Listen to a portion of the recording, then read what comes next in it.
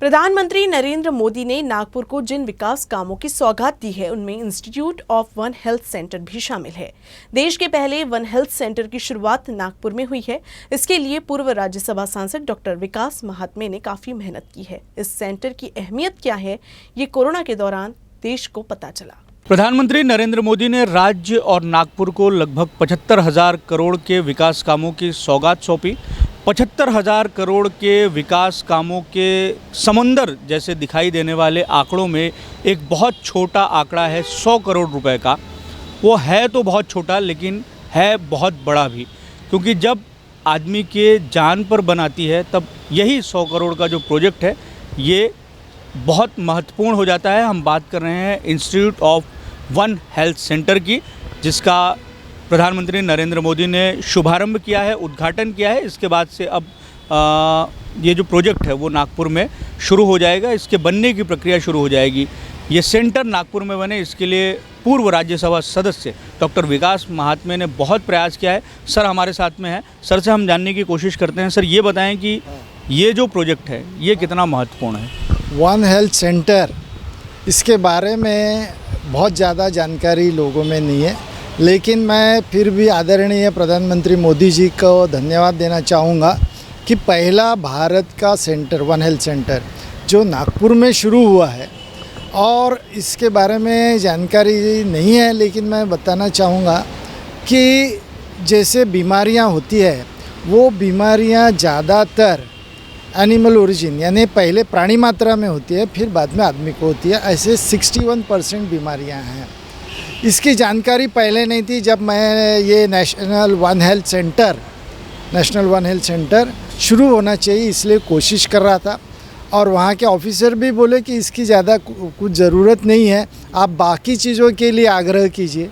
लेकिन मैंने बोला ये बहुत ज़रूरी है।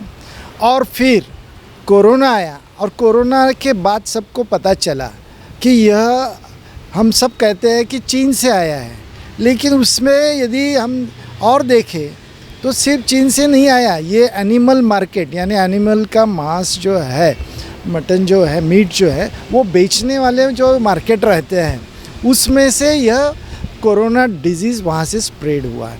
वहाँ पंगोलिया करके, जिसको खौला बिल्ली कह सकते हैं, उस एनिमल से यह शुरुआत हुई। यानी आज हम देखेंगे तो नेफा वायरस था केरला में, जिससे बहुत हम डर गए थे। फिर एबोला वायरस, तो एनिमल ओरिजिन के बहुत सारे, लेप्टोस्पायरोसिस है, प्लेग है, हमारा हाइड्रोफोबिया, पागल कुत्ते ने काटने के बाद जो डेथ होती है वो है, बहुत सारे बीमारियां हैं, सार्स हैं।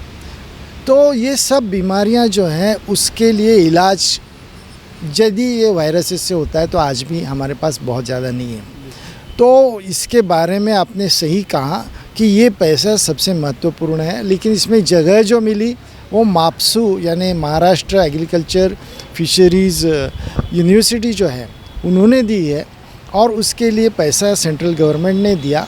और इसके लिए मैंने काफ़ी लेटर्स लिखे थे, खत लिखे थे, और मिला था पर्सनली आरोग्य मंत्री, स्वास्थ्य मंत्री से, और उन्होंने भी बहुत सहयोग दिया।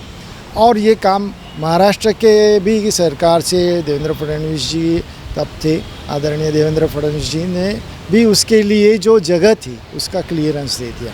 तो ये सब चीज़ों से वो हुआ। लेकिन हमें ये समझना चाहिए कि ये बीमारियां जैसे एनिमल ओरिजिन से है, वैसे एनवायरनमेंट में बदलाव इसकी वजह से है। तो ये एनवायरनमेंट स्पेशलिस्ट, वेटरनरी डॉक्टर्स, और जो रूटीन हमारे ह्यूमन डॉक्टर्स हैं वो, ये सब मिलके ही हम ये बीमारियों को दूर कर सकते हैं।